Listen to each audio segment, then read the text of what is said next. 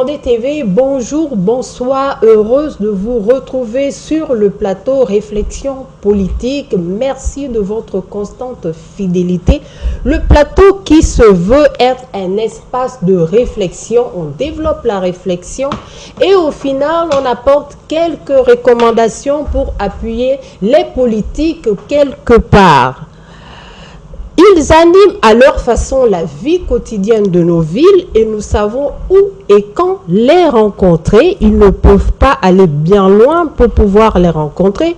Juste au niveau des carrefours, des feux tricolores, aux abords des voies suffisent pour les apercevoir. Vous l'aurez compris, téléspectateurs de Mandé TV, il s'agit des jeunes. Des jeunes le plus souvent qui sont embarqués ou pas embarqués ou voulus. Vous le saurez aujourd'hui avec nos invités. Nous allons poser cette réflexion. Ce sont des jeunes qui se regroupent très souvent en bande de 5 à voire 7 ou plus, le plus que possible, et qui ont très souvent à la main une boîte de conserve vide. Un phénomène qui prend de plus en plus de l'ampleur. Quel impact dans la société pour les mois et les années à venir? Comment trouver des solutions pérennes au phénomène? Ce qui nous pousse à nous poser des questions aujourd'hui sur notre plateau Réflexion politique, avec pour thème la problématique de l'exploitation et l'exposition des enfants sur les voies publiques. Quelle solution? Pour pousser cette réflexion aux téléspectateurs de Mandé TV, j'ai deux invités que j'ai l'honneur de recevoir sur ce plateau. Il s'agit de M. Ali Keïta, le secrétaire général de la coalition malienne pour les droits des enfants. Monsieur Keïta, bonjour. Bonjour, Madame Maïga. Bienvenue sur le plateau de Mandé TV. Merci beaucoup. Merci beaucoup de vous rendre disponible. Merci aussi à notre second invité, Monsieur Youssouf Traoré, qui est le directeur des opérations du SAMU Social Mali. Monsieur Traoré, bonjour. Bonjour, madame. Vraiment, merci de vous rendre disponible pour ce plateau. Tout le plaisir est partagé. Comme annoncé en introduction, vous l'avez très bien compris, il s'agit des jeunes gens. Des enfants, pourtant, il y a des conventions, il y a des lois, il y a des traités qui les protègent. Mais entre-temps, le phénomène est là, il est visible, ça se voit. Vous qui y travaillez quotidiennement, qui faites une approche quotidienne, quelle est votre analyse situationnelle des enfants sur les voies des capitales, dans les rues, les ronds-points? Ok, merci madame de nous avoir invités sur votre plateau et surtout discuter d'un thème aussi important qui est la question vraiment des enfants et surtout des enfants qu'on peut qualifier des enfants en danger parce que vous parlez tantôt d'exposition et d'exploitation à des activités économiques. Donc effectivement on peut constater que notre gouvernement, nos États respectifs ont fait suffisamment de travail en matière d'adoption des textes et de ratification des textes qui protègent, qui doivent protéger les enfants. Mais malgré tout, on constate, c'est un fait, qui est là dans nos grandes villes. Et ce phénomène n'est pas propre à Bamako ni au Mali, c'est vraiment un phénomène international qu'il va falloir qu'on en discute et qu'on essaye d'appréhender les causes profondes et de pouvoir trouver les solutions idoines afin que ces enfants puissent être protégés vraiment de tout ce qui concerne leur exposition à des activités au niveau de nos différentes rues. D'accord, ça c'est le SAMU social qui fait un petit constat par rapport à ça. Entre-temps, c'est la coalition. Voilà, dernièrement, on a pu voir que vous avez fait un plaidoyer avec le ministre en charge de cette question-là. Votre analyse par rapport à ça? Merci beaucoup, Madame Maïga. À l'entente de mes propos, quand même, je tiens à saluer cette belle initiative quand même qui est de créer un cadre d'échange, de réflexion entre les acteurs de la question, la problématique de la question de l'enfant, qui est l'exposition et l'exploitation des enfants sur les voies publiques. Avant de répondre à votre question aussi, permettez-moi aussi de faire une brève présentation de ma coalition. Bon. Voilà, c'est une coalition nationale de plus de 114 associations ONG nationales et internationales ayant en commun la promotion et la protection des droits de l'enfant sur toute l'étendue du territoire national. Notre but, c'est de promouvoir et défendre les droits de l'enfant sur toute l'étendue du territoire national. Alors, pour répondre à votre question, je pense que la question date depuis 1980.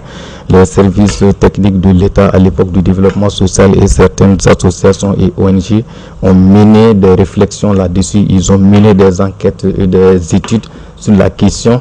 Mais de 1980 à ce jour, à peu près 44 années, le phénomène a pris de l'ampleur. Donc, quand l'État a fait ces enquêtes-là, il y a eu des recommandations. À la suite de ces recommandations, des projets et programmes ont été élaborés pour faire face à ces phénomènes. Mais force est de constater qu'il y a eu des soucis de financement de ces projets, de ces programmes.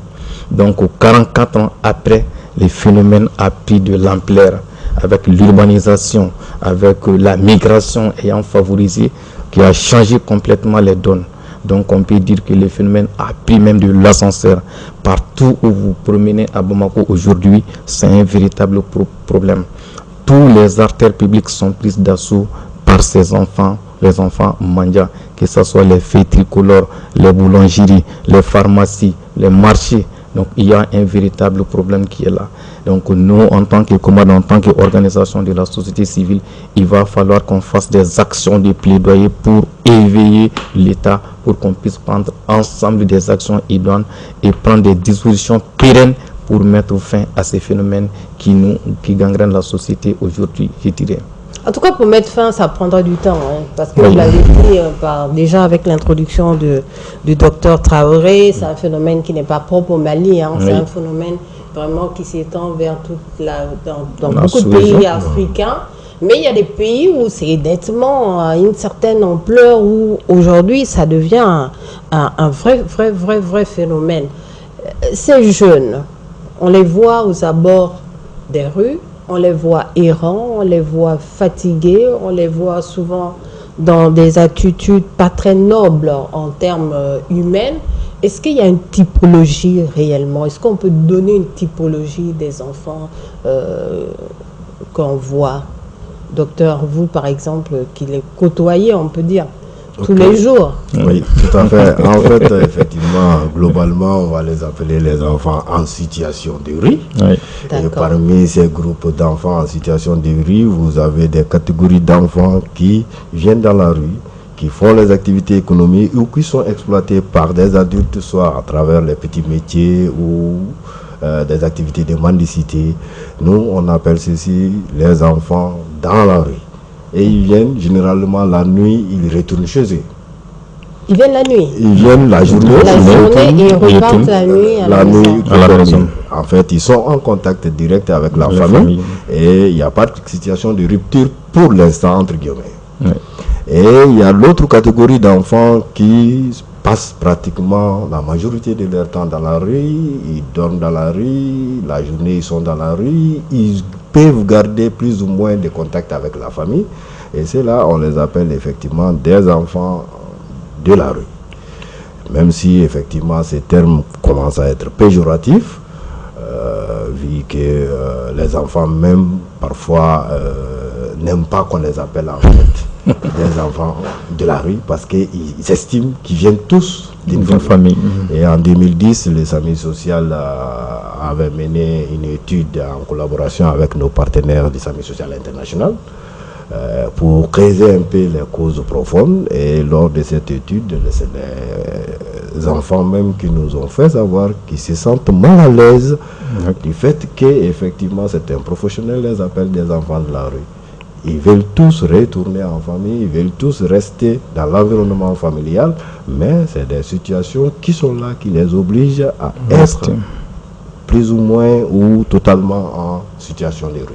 Est-ce que vous avez pu faire des enquêtes par rapport à ça réellement au niveau du SAMU social du Mali? Vous avez fait des enquêtes? Tout à fait, il y a eu des études par rapport aux causes qui les amènent en situation de rue. Ensuite, nous avons élaboré des cahiers thématiques par rapport à la question des jeunes filles. Le SAMU social, à son début dans les années 2001, ne rencontrait que des garçons. D'accord. En situation de rue dans les années 2001. Et vers les années 2003-2004, on s'est rendu compte qu'il y a effectivement des jeunes filles qui sont en rupture aussi avec la famille.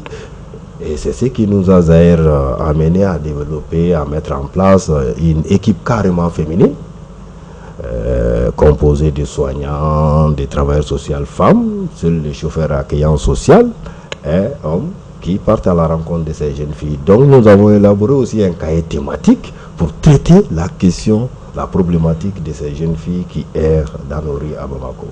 Vos rapports disent quoi succinctement? En fait, ça parle des causes qui amènent ces jeunes filles dans cette situation de rue et comment elles survivent dans la rue et quels sont leurs besoins réels et les stratégies qu'on peut mettre en place pour les accompagner vers une réinsertion ou une autonomisation. D'accord. Vous, avec votre coalition, vous venez de donner une définition pour nos téléspectateurs pour qu'ils arrivent vraiment à bien comprendre c'est quoi la coalition qui rassemble pas mal d'associations, d'organismes. Est-ce que vos rapports rejoignent un petit peu les résultats du SAMU? Oui, forcément, parce que nous travaillons directement avec SAMU. SAMU est une structure membre de la COMAT. En ce qui concerne des questions spécifiques sur la mendicité des enfants, il y a SAMU social qui nous aide beaucoup par rapport à ça.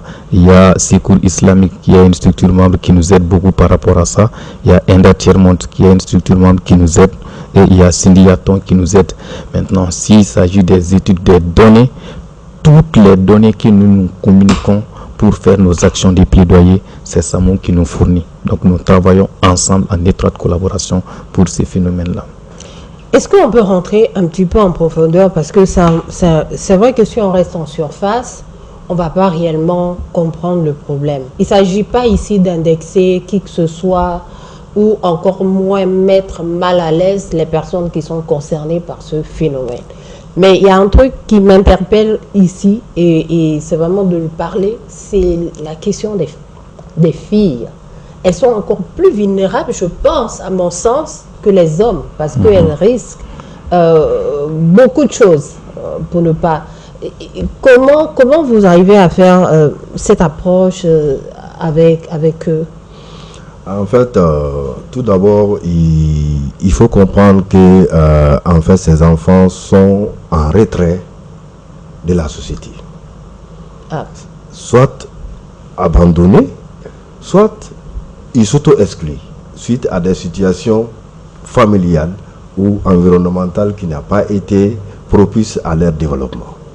En fait, la vie en rue, c'est un moyen pour se sauver d'une situation antérieure difficile. Donc ces filles déjà qui sont dans cette logique de pouvoir échapper à une situation intenable dans leur environnement familial, il va falloir qu'on adopte une approche beaucoup plus spécifique. C'est la raison pour laquelle vous allez voir que l'État a mis en place des services techniques qui doivent pouvoir les prendre en charge. Ces services techniques restent pratiquement sous-occupés parce que ces personnes-là n'ont pas la capacité ni la volonté d'aller vers l'aide. Il faut développer une approche qui consiste à aller vers eux. Et c'est cela qui fait la spécificité de l'approche que nous menons à Bamako ici, depuis 2001, à travers des équipes mobiles d'aide. Nous connaissons pratiquement toutes les zones de regroupement de ces filles, garçons en situation de rue. Nous allons vers eux toutes les nuits. D'accord, on aura le temps de tout. Mais là, entre-temps, vous avez ébauché les causes. Oui. On peut énumérer réellement les causes. Parmi ceux-là, vous avez dit, il y a ceux qui se sont mis en retrait, il y a d'autres, c'est parce qu'il y a des situations assez complexes au niveau de la cellule familiale.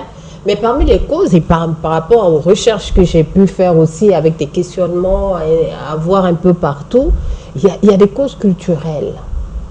Est-ce que les causes culturelles n'est pas un gros problème aujourd'hui de compréhension de nos sociétés? Oui, tout à fait. Il y a vraiment des multiples causes. Ce qui est sûr, comme vous l'avez dit, ces phénomènes, même on peut dire que c'est venu suite à l'effritement de nos valeurs sociétales. Du coup, auparavant, l'enfant était protégé par la famille. En dehors de la famille, c'était toute la communauté qui s'occupait de l'enfant. Aujourd'hui, malheureusement, avec l'urbanisation galopante mal maîtrisée, du coup, avec également le développement socio-économique qui fait aujourd'hui qu'on est dans cette recherche effrénée du capital économique, donc fait en sorte qu'aujourd'hui, nos liens sociaux ne sont plus consolidés en fait. Et du coup, les enfants qui sont dans une situation de maltraitance dans la famille n'ont plus de recours au niveau communautaire. Auparavant, si l'enfant ne s'attendait pas avec sa famille, il y avait l'oncle, il y avait le voisin, il y avait quelqu'un qui allait toujours faire la médiation pour que l'enfant puisse avoir quand même une place ou être compris par les parents. Mais malheureusement aujourd'hui, si l'enfant ne s'attend pas avec la famille et que des situations intrafamiliales font qu'il y a des situations de violence, soit physiques, émotionnelles, sur l'enfant et qu'il ne parvienne pas du tout à les supporter, il va trouver un moyen pour se sauver. Et c'est ce qui explique effectivement la venue de pas mal d'enfants qui sont en situation de rue. On va évoquer des situations de mariage forcés, précoces, qui se passent parfois dans nos milieux à l'intérieur du pays, qui fait que beaucoup de jeunes filles aussi essaient d'échapper à ces phénomènes pour venir à Bamako. Elles se retrouvent en situation de rue. Et pour les jeunes garçons également, ça peut être parfois le remariage, la reconstitution familiale où l'enfant n'a pas de place chez le père ni chez la mère. Du coup, des familles d'accueil en famille d'accueil se retrouvent en situation de rue. Et également, il peut y avoir des causes aussi qui sont liées à des... C'est vrai, la grande précarité aussi fait en sorte que, c'est vrai, on ne peut pas résumer ces phénomènes par la pauvreté, mais il faut reconnaître que la grande précarité aussi économique de certaines familles font que les enfants n'ont pratiquement pas d'autre choix que de venir dans la rue pour pouvoir survivre. D'accord.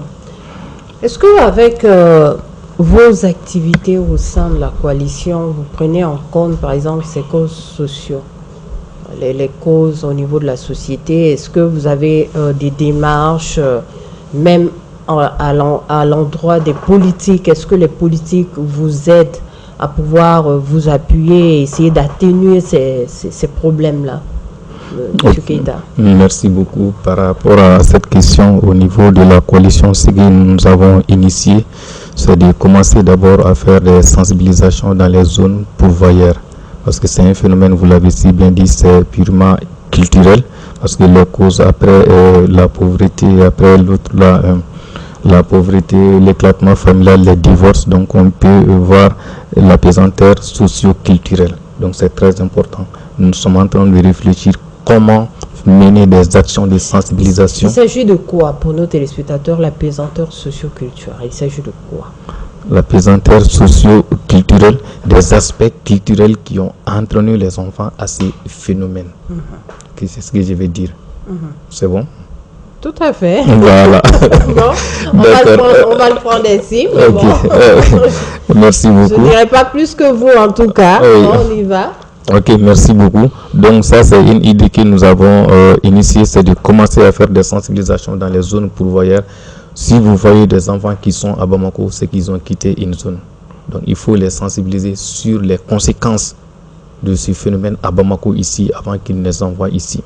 Donc en ce qui concerne les politiques, c'est des actions de plaidoyer que nous menons. Donc, toujours. Vous avez des pôles dans ces zones-là? Oui, la coalition est représentée partout, sur toute l'étendue du territoire national. D'accord. Donc on a 6 bureaux régionaux, mais il y a des associations membres qui évoluent sur toute l'étendue du territoire national. Donc en ce qui concerne les politiques, s'il y a un besoin, on mène des actions de plaidoyer. Souvent on interpelle même l'État par rapport à ces phénomènes, donc pour qu'on puisse réduire ces phénomènes-là. Et qu'est-ce qu'on vous dit quand vous interpellez l'État par rapport à ces phénomènes? Souvent, il y a des résultats, souvent, il n'y a pas de résultats. Bon, peut-être c'est la politique. C'est quoi les résultats aujourd'hui? Et c'est quoi ces résultats que vous attendez et qui ne viennent pas? Pourquoi souvent il y a des résultats? Parce qu'à un moment, quand on a mené des actions de plaidoyer, je me rappelle en 2014, le ministère du Développement social, sur l'instruction du président de la République, a appuyé la coalition pour mettre en œuvre un programme d'appui à la lutte contre les phénomènes de la mendicité des enfants à Bamako. Donc il s'agissait de recenser tous les enfants, les mères des jumeaux qui sont devant les fêtes tricolores. Ensuite, essayer aussi de créer un centre pour mettre ces enfants pour qu'ils ne soient pas dans la rue. Mais à un certain moment, donc, il y a eu des contraintes, des déficits budgétaires. Donc cette activité n'a pas pu voir le jour. Donc on peut dire que ça, c'était un résultat. Et de temps en temps, quand on fait des interpellations lors des journées commémoratives des droits de l'enfant aussi, le message est entendu. Souvent, on voit des résultats aussi sur le terrain. Et quelles sont les insuffisances? Vous n'avez toujours pas répondu à cette question. Quels sont les résultats que vous attendez et qui ne viennent pas, par exemple? Les résultats que nous attendons qui ne viennent pas, ça c'est l'application stricte des textes.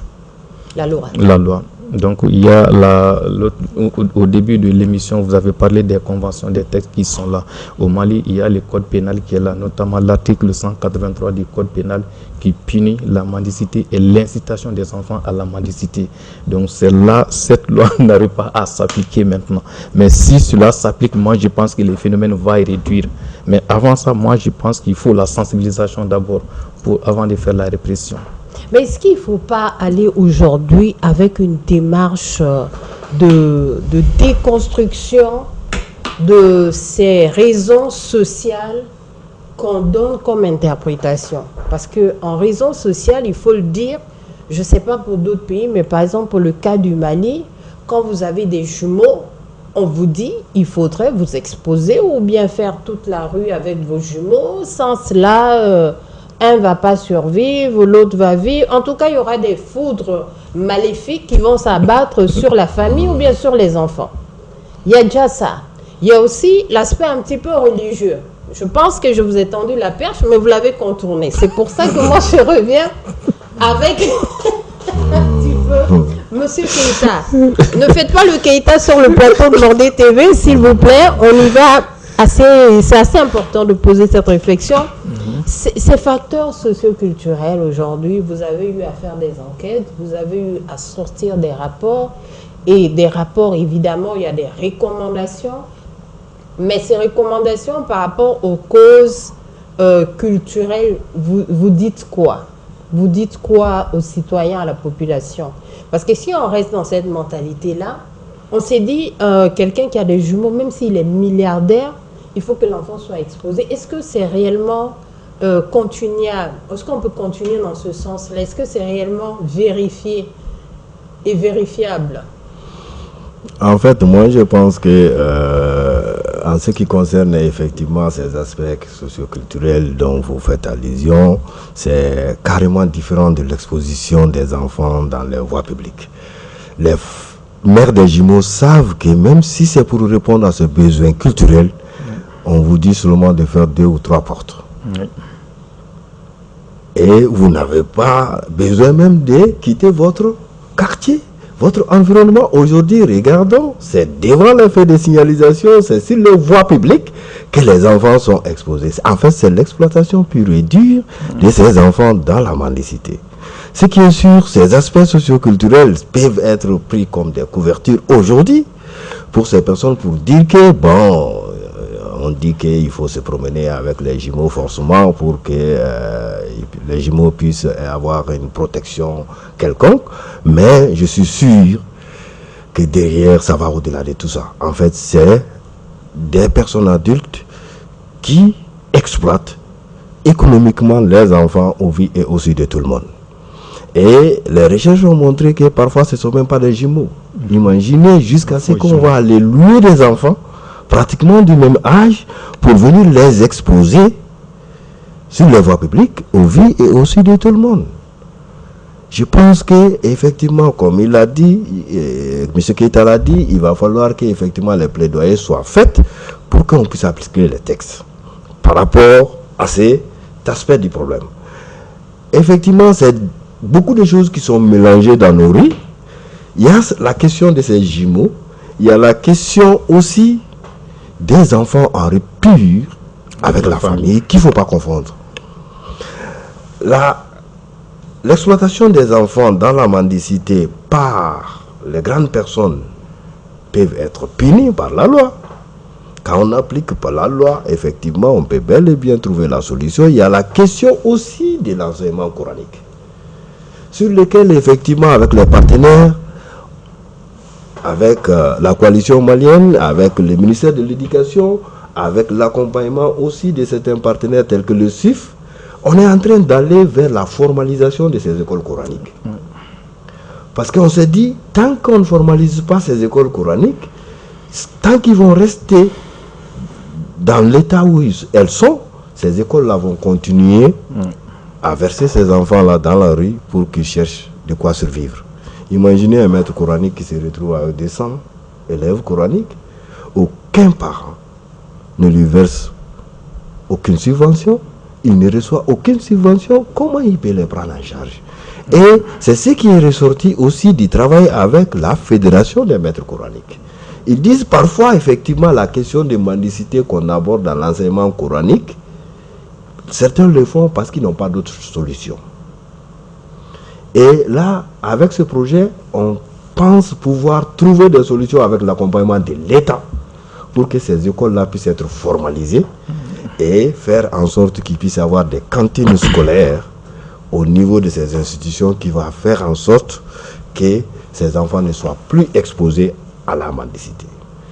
Ça peut nous faire avancer en ce qui concerne les enfants qui quittent les écoles coraniques.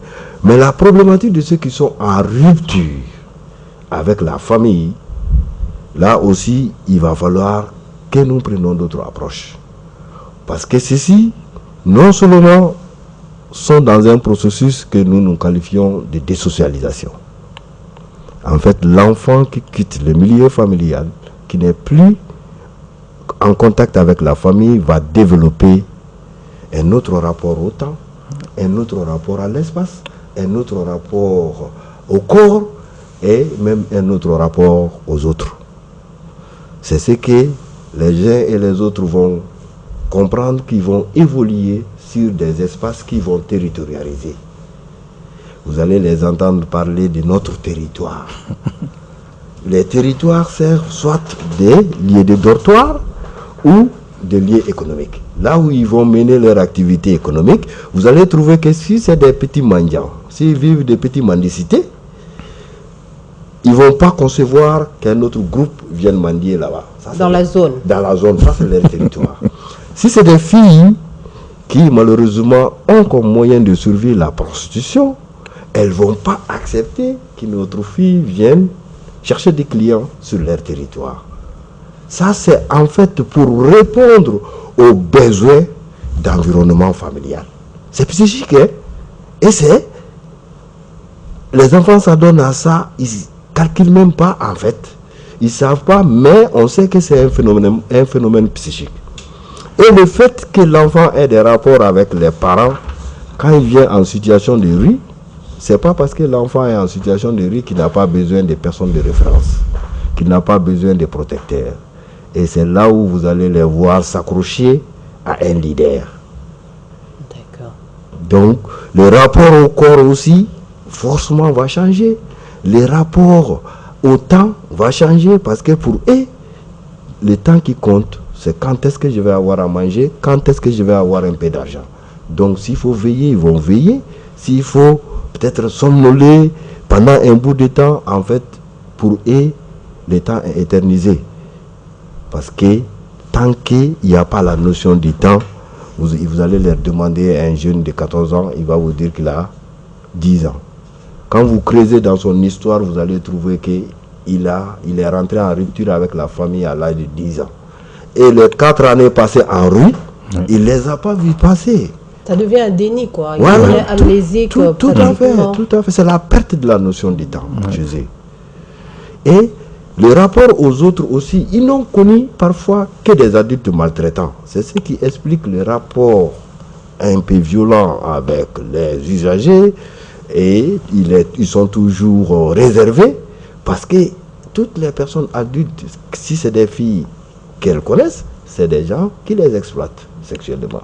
Si c'est des petits garçons, c'est des gens qui les violentent physiquement. Donc du coup, ils ont une mauvaise image du monde adulte. Et c'est ça qui complique l'accompagnement de ces personnes-là. Parce qu'il faut parvenir à leur montrer une autre image.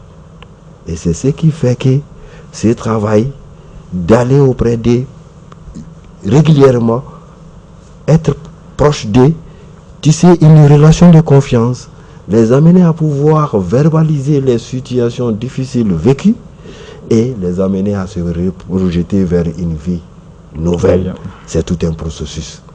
Et c'est la raison pour laquelle on va dire les phénomènes de l'ascenseur, parce qu'il faut reconnaître aujourd'hui à Bamako, on n'a pas suffisamment aussi de professionnels qualifiés pour pouvoir accompagner ces jeunes qui sont dans ce processus de désocialisation.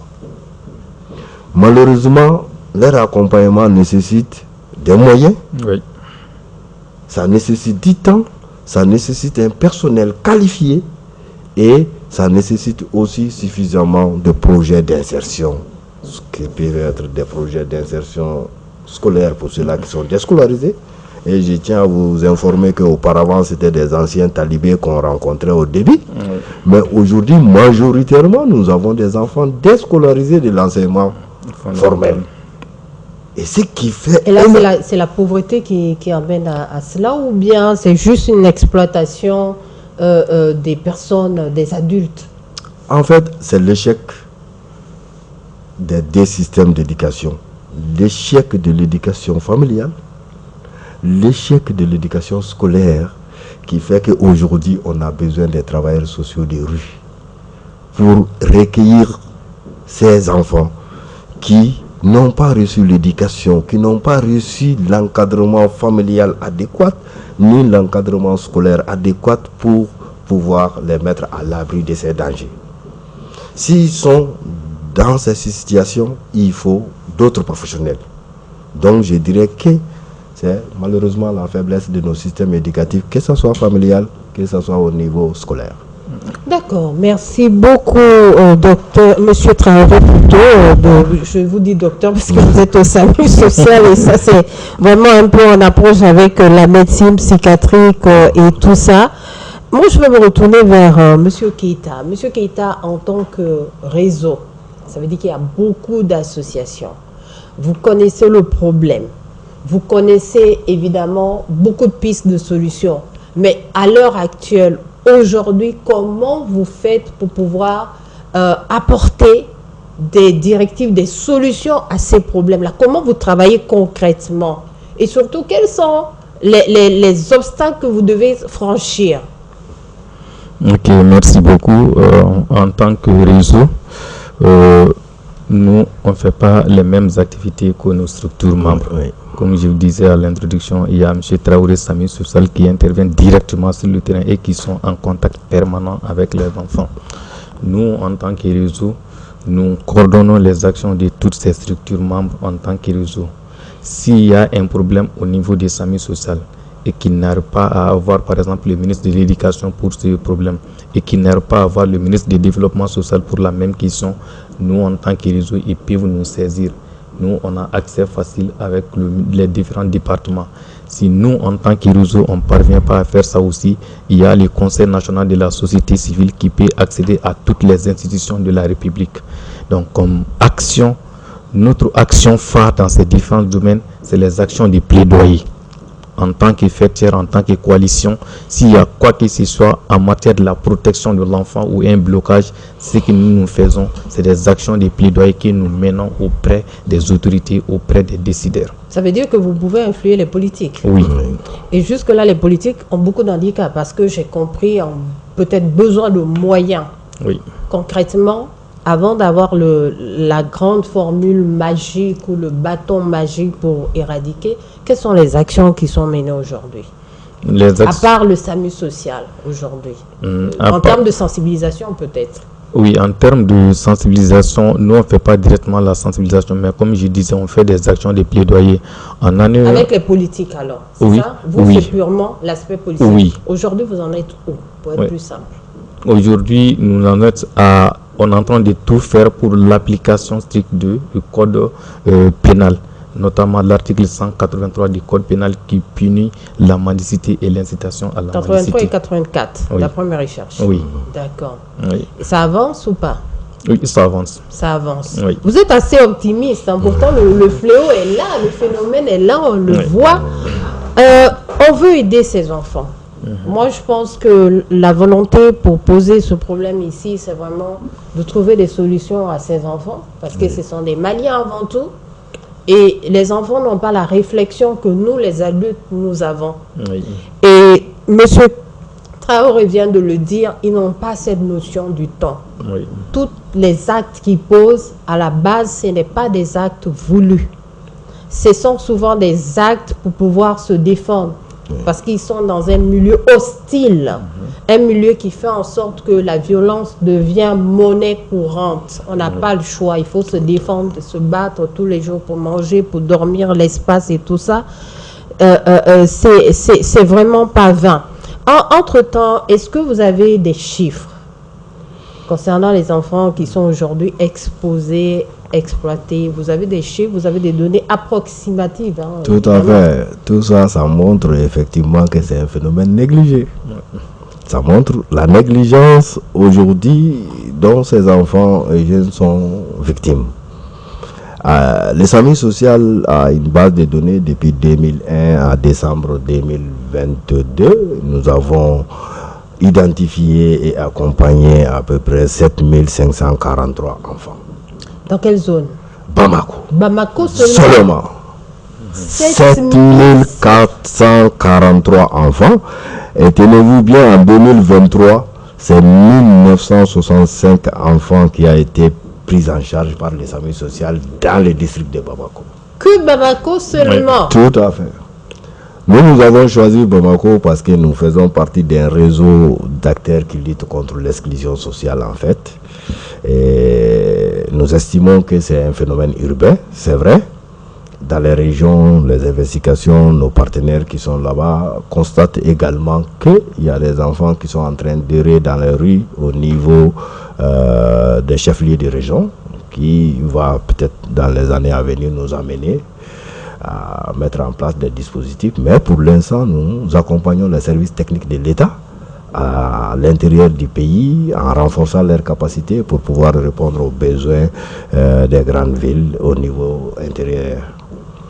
Et effectivement, c'est vraiment comme M. Keita l'a dit, c'est un phénomène qui nous inquiète nous-mêmes parce que nous qui sommes en rue nuit et jour auprès de ces jeunes, on voit qu'effectivement les phénomènes prennent de l'ascenseur et l'âge d'arriver en situation de rue est en train de baisser.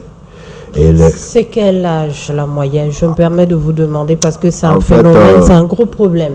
Tout à fait. Voilà, et on demandera à tout le monde de s'impliquer. C'est vrai que les politiques doivent évidemment trouver des solutions, mais je pense que chaque citoyen aussi, à son niveau, peut adoucir les choses. Tout à fait.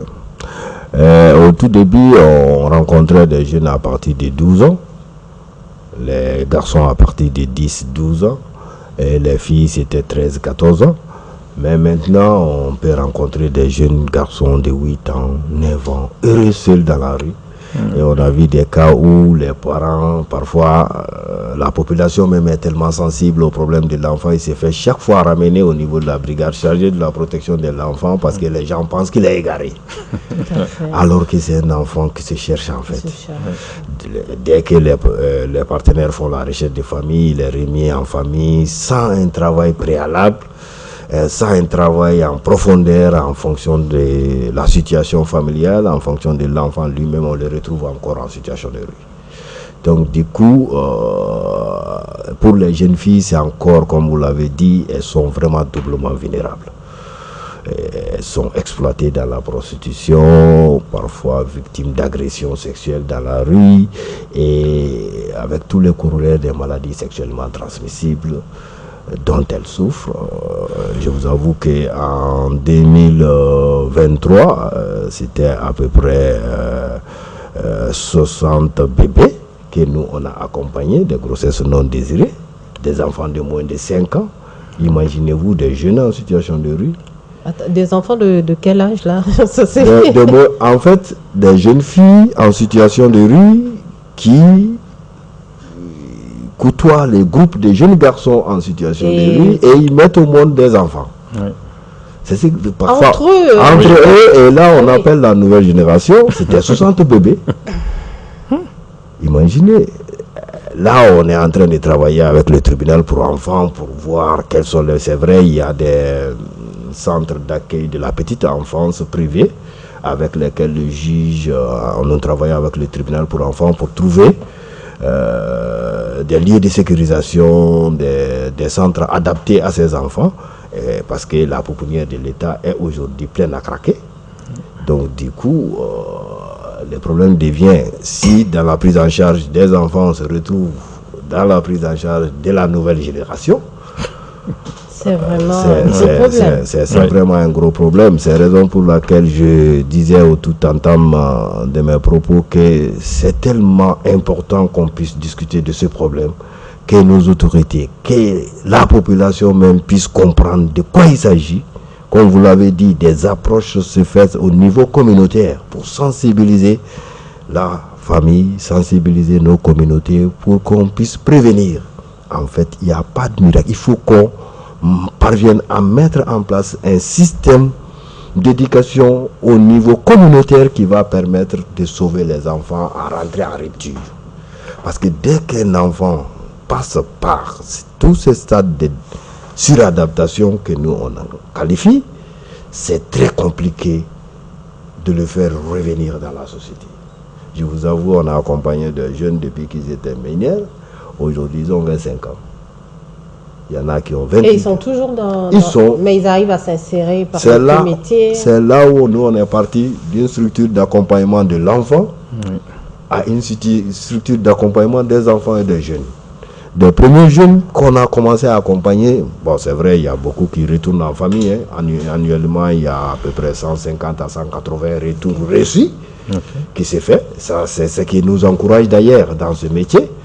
Maintenant, ceux qui ne parviennent pas à trouver un ancrage au niveau familial, à un certain âge, sont accompagnés vers des projets d'autonomisation. C'est des jeunes qu'on essaye de les accompagner dans les auto-écoles. Ils ont des permis de conduire, ils deviennent chauffeurs de taxis, des Sotrama, des minibus, ainsi de suite. Et il y a certains qui s'inscrivent dans des formations même de durée plus ou moins longue, menuiserie métallique, des activités agricoles aussi, qui parviennent à être un créneau pour eux, où ils vont être formés en agriculture, où ils sont bien insérables au niveau des fermes. Donc, vraiment, on développe des activités d'autonomisation pour les jeunes, pour leur permettre de pouvoir carrément abandonner cette vie de riche sans pour autant forcément être réintégré en famille. Mais pour les plus petits, on n'a pas le choix. C'est la cellule familiale avec laquelle il faut travailler. Et parfois, vous trouverez qu'au niveau familial, qu'on ne scélère pas aujourd'hui. C'est ce qui fait qu'aujourd'hui, les structures de protection sont en train d'aller vers des formations à la parentalité positive. C'est difficile de le dire aujourd'hui, on a besoin d'apprendre à être parent. C'est pas donné à tout le monde de pouvoir élever un enfant, il faut avoir des qualités. Aujourd'hui, parfois, certains enfants se retrouvent en situation de rue, pas parce que c'est voulu par les parents, mais les parents n'ont pas les moyens. Ils n'ont pas la compétence de pouvoir s'occuper de leurs enfants. C'est la raison pour laquelle on va, comme vous l'avez dit, en fait, c'est pas pour accuser quelqu'un, mais c'est sûr qu'il va falloir que ces familles aussi soient accompagnées. Que ces familles soient soutenues pour qu'ils puissent avoir la capacité de pouvoir donner à l'enfant un environnement familial qui va le protéger.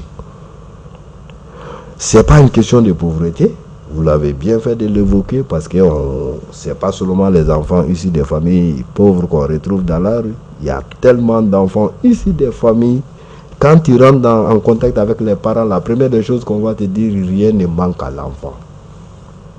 Les parents même ne savent pas qu'est-ce qui manque, Alors que quand tu travailles avec l'environnement familial, tu vas voir que l'enfant a tout sauf l'essentiel. L'affection parentale. L'attention, la protection. Qui est assez primordiale. Et là, parfois, les parents ne voient pas. Et là, il faut aussi aider les parents. Et c'est ce qui fait qu'au niveau aussi communautaire, les structures font ce qu'on appelle la parentalité positive. Aider les parents à pouvoir s'occuper. Il y a beaucoup de choses qui se font sur le terrain. Mais justement, c'est pour ça qu'on a posé ce plateau aujourd'hui, pour vraiment aller dans cet état de réflexion et aussi pouvoir sensibiliser, informer les citoyens pour que tous ensemble, on arrive à comprendre que ces enfants qu'on voit exposés, exploités, c'est vraiment pas de leur faute souvent. Et peut-être chacun, à son niveau, peut faire un petit geste, peut aider. Moi, j'ai pu voir dans certains quartiers où carrément c'est quelqu'un dans le quartier qui voit une famille qui est un peu défavorisée, récupère un des garçons ou bien une des filles pour pouvoir essayer de donner un petit cocon familial. Ça a quand même toujours existé en Afrique, mais le phénomène est tellement appuyé un niveau assez gros que peut-être qu'il faut s'appuyer sur deux aspects, politique et social. Donc moi, je vais me retourner vers Keita. Il y a combien de centres aujourd'hui qui recueillent à peu près? Comment c'est organisé? C'est au niveau de toutes les communes, tous les quartiers? Est-ce qu'à l'échelle des écoles, des universités, vous faites des actions aussi à ce niveau-là? À ma connaissance, il y avait au Mali 63 centres d'accueil et d'hébergement de ces enfants. Mais à Bamako, ici, donc il y a déjà SAMU social est là. Il y a les pouponnières qui sont à Bamako, des pouponnières à Bamako. Il y a quelques centres aussi et des associations et ONG, ils ont des centres pour accueillir ces enfants qui sont dans la rue, sur orientation, sur instruction aussi, soit du tribunal pour enfants ou soit du brigade de la protection des mères à Bamako. Donc à Bamako, on peut dire qu'il y a plusieurs centres ici. D'accord, mais les centres doivent être sûrement un peu débordés, ce que j'ai compris avec le SAMU social.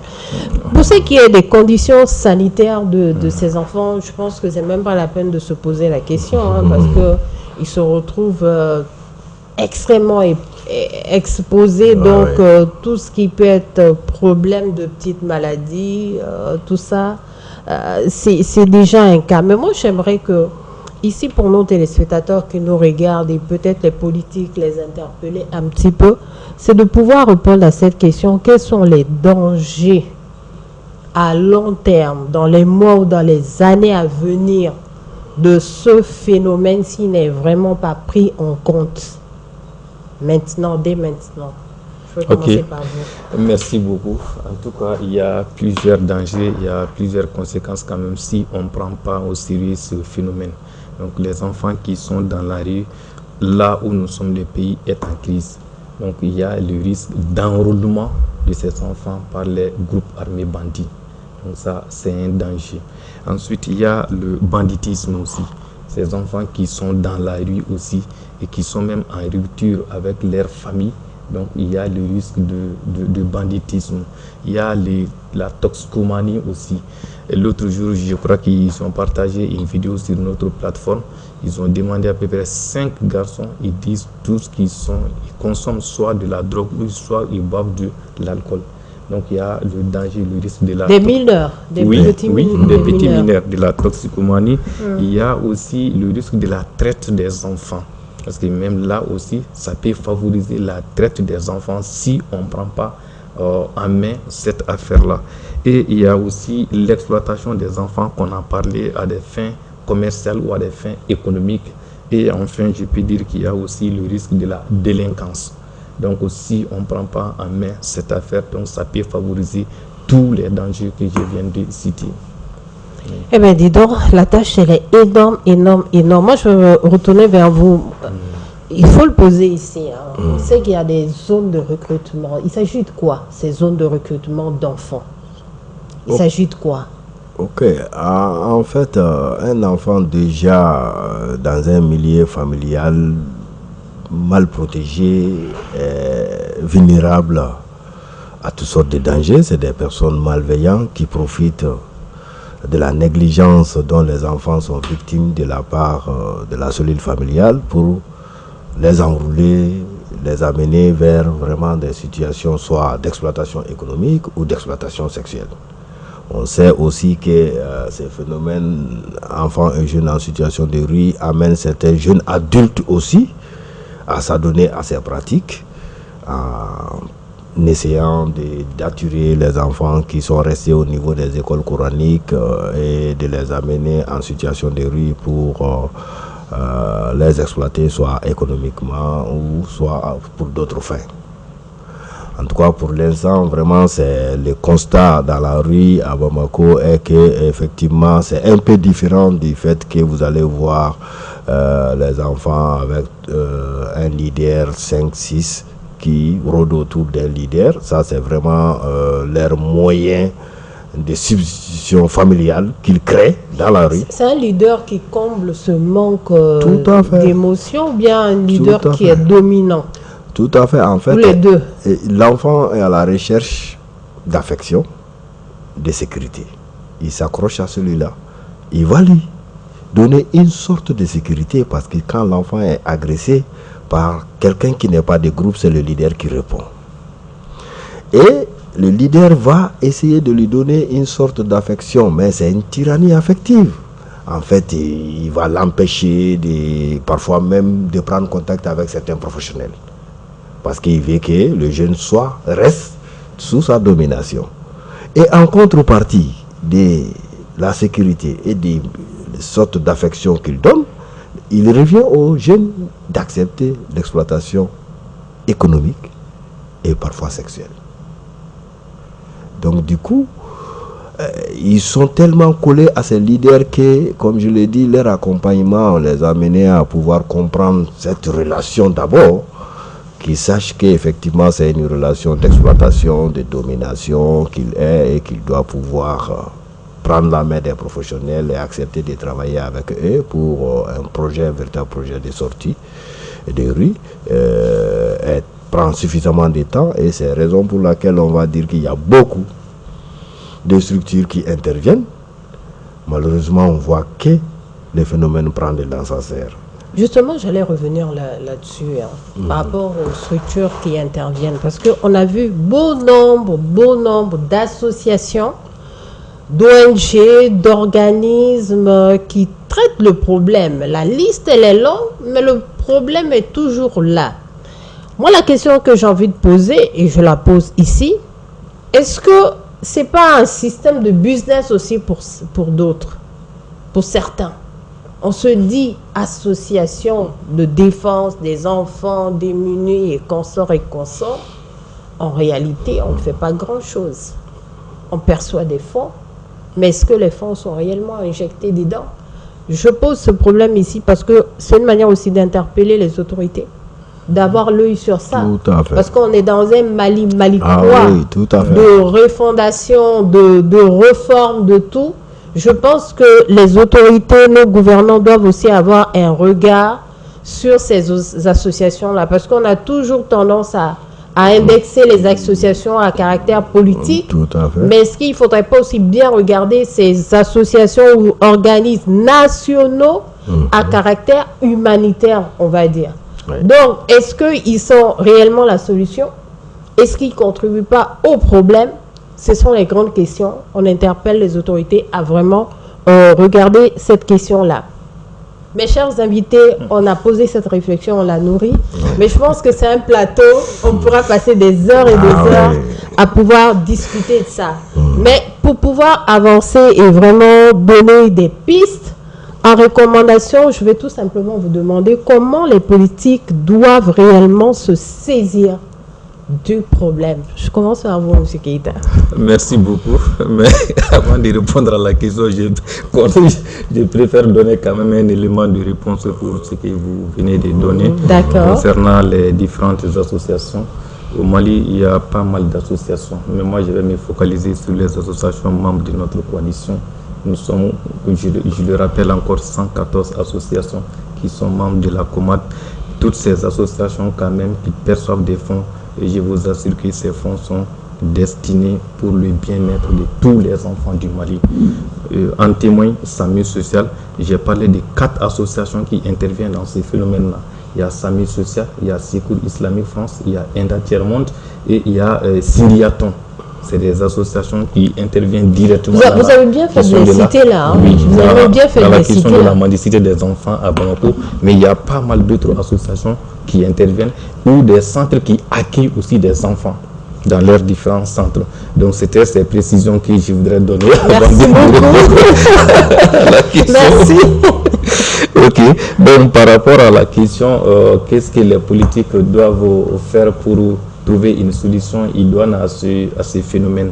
Donc dans un premier temps, moi je pense quand même de ce que SAMU a fait, de faire une enquête nationale pour pouvoir répertorier et recenser tous ces enfants d'abord. Donc après les avoir recensés, il faut créer un centre avec des corps de métier, un centre de réinsertion de tous ces enfants qui sont répertoriés. Donc après ça, donc, on peut procéder à la répression. Donc déjà, ils sont identifiés, ils sont répertoriés, ils sont réinsérés. Si on voit un autre enfant dans la rue, on applique les textes. Donc en troisième lieu, il faut l'application stricte des textes. Donc c'est ce que je voudrais dire. Merci beaucoup. Vous avez énuméré 3 points. Voilà. Oui. Moi, je vais me retourner vers M. Traoré. Oui. Je sais que vous allez énumérer au-delà de ça peut-être ou quels sont les points, par exemple, que vous voyez, ce que M. Keïta n'a pas vu. Tout à fait. D'abord, on ne va pas dire que rien n'a été fait. Ce qui est sûr, nous, avec l'État, nous avons la côté prise en charge que vous avez abordé. Nous avons, à travers le régime d'assistance médicale, qui nous soulage beaucoup dans la prise en charge des enfants. On a cette facilité de les immatriculer au RAMED et dès qu'ils ont besoin de soins, ils sont immatriculés et la prise en charge est systématique. Et je pense également avec le département aussi en charge de l'enfant, nous sommes en train de travailler sur des mécanismes de réponse qui fait aujourd'hui que le Mali même veut aller vers la digitalisation aujourd'hui des données par rapport à tout ce qui s'est fait en matière de protection de l'enfant au niveau national. Donc, il y a d'énormes efforts qui sont en train d'être faits pour que nous puissions aller directement, même avec les systèmes de gestion des cas de tous les enfants qui sont exposés et victimes d'abus, d'exploitation et de négligence. Ces processus, nous comptons accompagner l'État et nous pensons que l'État va se donner les moyens pour que ces processus puissent arriver à terme, afin qu'on puisse avoir une base de données nationale qui va résoudre le problème des données. Et je vais m'avoir à M. Keïta pour dire qu'aujourd'hui, tous les centres qu'on a parlé, Sindiaton, Kanouya, BNC, sont pratiquement des centres des associations. L'État, pour la prise en charge des enfants en situation de rue, n'a pratiquement pas de centre, si ce n'est que la petite enfance qui est la pouponnière de l'État. Aujourd'hui, nous souhaitons que l'État puisse avoir un centre d'accueil d'abord et d'orientation. Parce que pour ces enfants, il faut créer, on avait un centre d'accueil et d'orientation en face du ministère de l'administration territoriale, qui était tout dernièrement sous la pupille de la mairie du district. Malheureusement, ce centre a été fermé, qui servait d'accueillir ces enfants qui viennent en situation de rue, les écouter et les orienter en fonction des besoins. Et ensuite, il faut que l'État puisse mettre en place ces centres dont M. Keïta parle. On ne peut pas les faire sortir de la rue tant qu'il n'y a pas un véritable processus de réinsertion qui passe par la formation, la qualification ou la réinsertion scolaire. Sans créneau d'autonomisation, ils ne vont pas pouvoir être réinsérés au niveau familial. Donc nous avons besoin aujourd'hui que nos autorités mettent à la disposition des structures un centre d'hébergement, de formation et réinsertion sociale. En plus aussi, il faut que nous renforcions la coordination entre nous, acteurs nous-mêmes.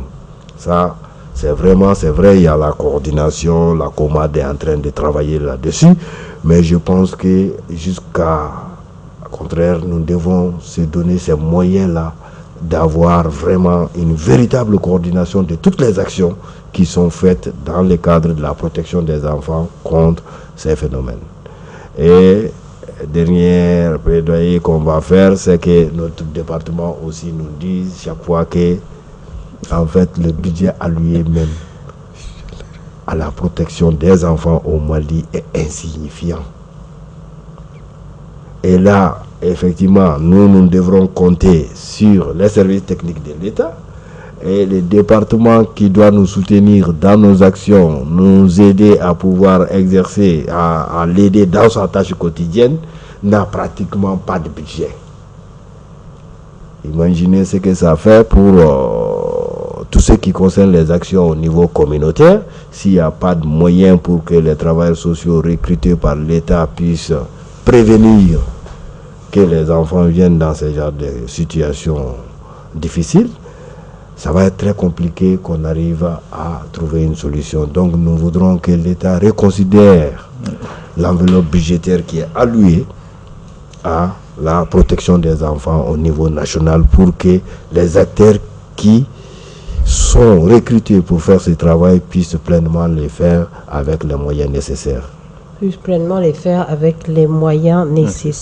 Nous arrivons à la fin de notre réflexion du jour. Je ne peux que vous remercier. Mais avant cela, j'aimerais votre conclusion, votre mot de la fin, éventuellement avec quelques recommandations, peut-être à l'endroit des citoyens.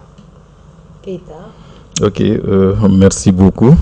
M. Traoré l'a si bien dit, le budget du département, c'est 0,26% pour tout le département entier. Donc nous lançons quand même un plaidoyer auprès du président de la transition et du premier ministre quand même pour voir à la hausse le budget du ministère de la promotion de la femme, de l'enfant et de la famille. Oui, le mot de la fin quand même dans l'intervention de M. Traoré, il a parlé de la parentalité positive et de l'éducation violente. Moi, c'est ce que je recommande quand même à tous les parents, qu'ils soient à Bamako, que ce soit à l'intérieur du Mali, de penser à ça.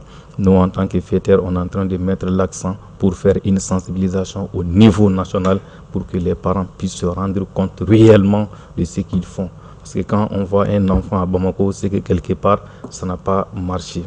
Donc, comme recommandation, je parle des centres et je répète encore, il faut la création d'un centre d'accueil, d'orientation, de réinsertion aussi pour tous ces enfants qui sont à Bamako.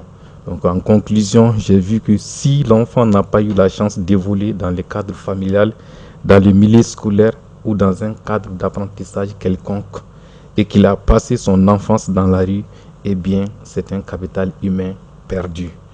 Et l'enfant va embrasser malheureusement beaucoup de mauvaises habitudes dans la rue.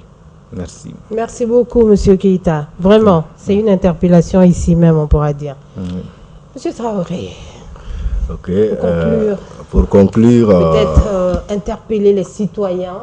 Tout à fait. De contribuer un petit peu à alléger ce phénomène. Tout à fait. À nos frères et sœurs, les parents, je dis à tout le monde d'être au plus près de son enfant, d'écouter les enfants, d'être là pour nos enfants et de pouvoir faire en sorte que nous puissions leur offrir un environnement où il fait bon vivre. Et c'est notre devoir et nous avons l'obligation de le faire parce que nous l'avons reçu. Et il faut qu'on le donne aussi à nos progénitures. Et de ne pas hésiter aussi à se faire aider par des professionnels. Il n'est pas donné à tout le monde de pouvoir accompagner toute catégorie d'enfants qui vivent une situation difficile. Si un parent est débordé, il faut avoir le courage de le dire et de demander de l'aide. De l'aide, vous pouvez l'avoir au niveau des structures d'État chargées de la promotion de la femme, de l'enfant et de la famille dans vos différentes communes ou à travers les membres de la société civile qui sont les ONG, les associations qui sont là pour vous aider, vous accompagner avant qu'il ne soit tard. Et effectivement, comme mot de la fin, je dirais, on n'a pas d'autre choix que de protéger nos enfants. Comme le disent les enfants, si on ne prend pas soin d'eux, ils vont prendre soin de nous. Avant qu'on soit là-bas, Il faut qu'on joue pleinement notre rôle des parents en leur offrant un environnement protecteur qui va leur permettre d'être à l'abri de toutes sortes de violences. Merci de nous avoir fait inviter à ce plateau. Merci beaucoup. Je dirais aussi en conclusion, chers parents, chers citoyens, gouvernement, il s'agit de s'impliquer tout le monde doit s'impliquer à son niveau. Il s'agit seulement d'avoir un regard sur l'enfant du voisin, qui a aussi un regard sur notre enfant, interpeller même ne serait-ce qu'en passant un enfant qui est en train d'avoir des attitudes négatives. Et je dirais aussi que ces enfants qu'on voit aux abords des ronds-points, des routes, ne les accusons pas souvent. Ils ont une histoire derrière qui est très lourde. Ces enfants se trouvent dans des conditions terribles, psychiquement, physiquement, qui font en sorte qu'ils n'ont pas souvent la raison que nous, adultes, nous avons. Donc, je demanderais aux citoyens d'être un petit peu résilients, un petit peu protecteurs, un petit peu sensibles à ces jeunes qui sont aux abords des rues, qui sont tout simplement la génération future du Mali. On est appelé à cohabiter avec eux, à vivre avec eux. On ne peut pas les effacer. Donc, tant que ce peut, de contribuer même avec un petit geste d'affection. Pas un geste financier souvent, mais un geste d'affection peut compter beaucoup. Donc, je remercie mes invités qui ont posé cette réflexion et qui ont apporté des recommandations. Il s'agit de M. Ali Keïta. Il est le secrétaire général de la coalition malienne pour les droits de l'enfant. Monsieur Keïta, merci beaucoup pour votre contribution aujourd'hui sur cette réflexion. Merci. Second invité, Monsieur Youssouf Traoré. Il est le directeur des opérations du SAMI Social Mali, qui fait un travail colossal, jour et nuit.